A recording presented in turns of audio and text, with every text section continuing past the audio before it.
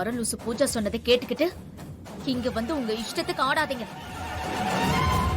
இது நம்ம குடும்பங்கிறத நீங்க ஞாபகம் வச்சுக்கோங்க. என்ன என்ன சொன்ன? நம்ம குடும்பமா? நம்ம குடும்பத்தோட கதையெல்லாம் எப்பவோ முடிஞ்சு போச்சுடி.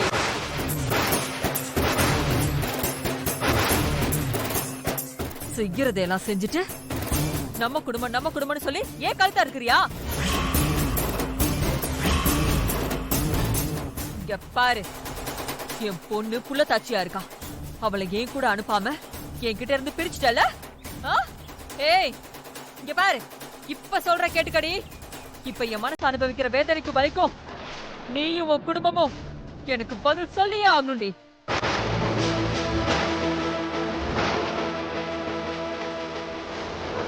அதுக்கெல்லாம் நீங்க பதில் சொல்லுவீங்கடி, பதில் சொல்லுவீங்க.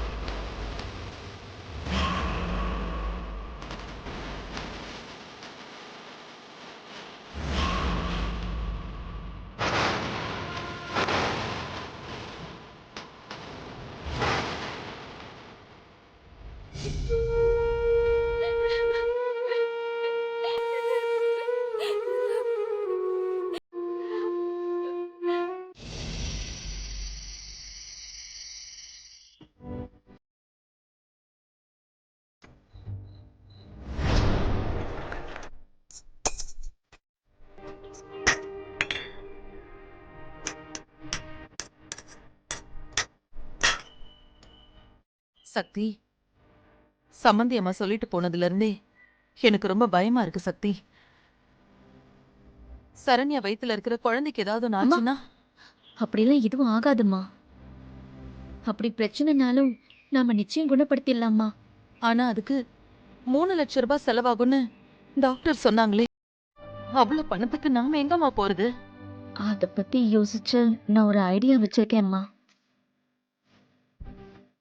சீட்டு கடையில நம்ம நகையெல்லாம் அடகு வச்சிருக்கோம்ல. ஆமா, 1,40,000 ரூபாய். அன்னைக்கு அவசரத்துக்கு நமக்கு தேவைப்பட்டுச்சுன்னு சேட்டுக்கிட்ட கம்மியா நம்ம பணம் வாங்கினோமா. ஆனா அந்த நகைக்கு நம்ம மொத்தமா கணக்கு போட்டா ஒரு 4 லட்சம் ரூபாய் கண்டிப்பா வரும்மா. சரி, இப்ப எதுக்காகமா அந்த கணக்கெல்லாம் சொல்ற? அதுல மீதி இருக்கிற 3 லட்சம் ரூபாவை வாங்கி சரண்யா அன்னைக்கு ட்ரீட்மெண்ட் பண்ணலாமாம்மா. அம்மா, அத்தை பழி போடுவாங்கன்னு நினைச்சு நான் இதெல்லாம் சொல்லலம்மா. சரண்யா நீ என் கூட பிறந்தவங்களா இருந்தா நான் என்ன செய்வனோ அதுதாம்மா நான் இப்ப செய்யறேன். சக்தி, எனக்கு என்ன சொல்றதுன்னே தெரியலம்மா.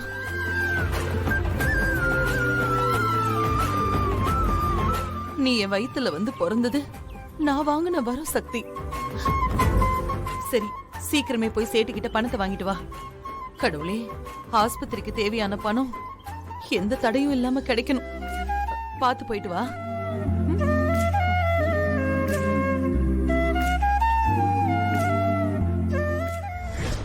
சரண்யா, இந்த பால் குங்கும பூலாம் போட்டு நல்லா காய்ச்சி கொண்டு வந்த. இது உடம்புக்கு ரொம்ப நல்லது, குடி. தேங்க்ஸ் யமுனா.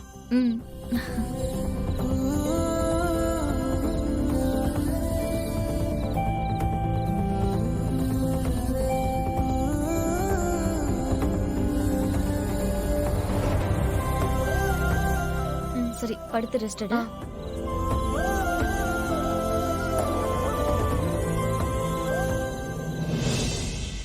என்னம்மா, பணம் வாங்கிட்டியா? சொன்ன மாதிரி பணத்தை வாங்கிட்டேம்மா. இந்த பேக்ல ஒரு 3 லட்சம் ரூபாய் இருக்கு. இந்த பணத்தை நாளைக்கு ஹாஸ்பிட்டல்ல கட்டி சரண்யா அன்னைக்கு ட்ரீட்மெண்ட்டை பண்ண சொல்லிடலாம். வாயும் வயிறுமா இருக்கிற ஒரு பொண்ணு நம்ம வீட்டுக்கு கூட்டிட்டு வந்திருக்க. அவ வயித்துல இருக்கிற குழந்தைக்கு எந்த காரணத்தை கொண்டு பிரச்சனை வந்துடக்கூடாது. வெளியே போய் கொஞ்ச நேரம் காத்தாட நிக்கலாம்.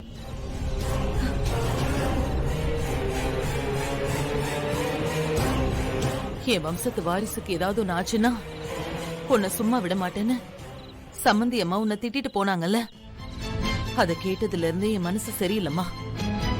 பத்தாததுக்கு சரண்யா வயித்துல இருக்கிற குழந்தைக்கு பிரச்சனைன்னு டாக்டர் சொல்லியிருக்காங்க.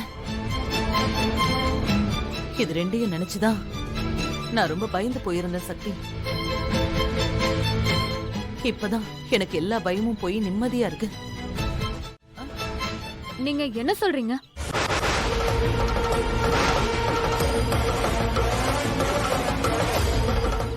அண்ணி நீங்க எப்போ வந்தீங்க? நான் வந்தது இருக்கட்டும், அத்தை உன்கிட்ட சொல்லிட்டு இருந்தாங்கல்ல, அதுக்கு என்ன அர்த்தம் சக்தி?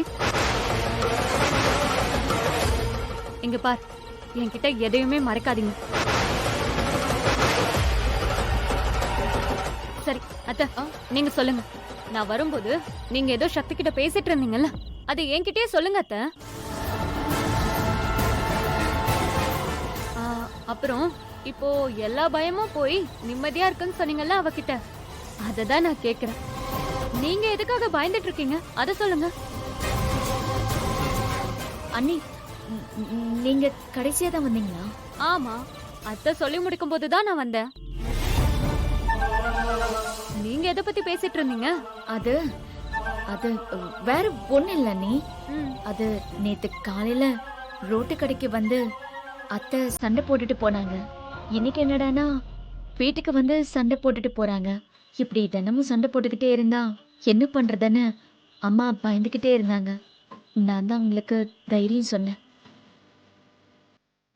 அதை கேட்டுட்டு பயம் போயிடுச்சுன்னு சொன்னாங்க.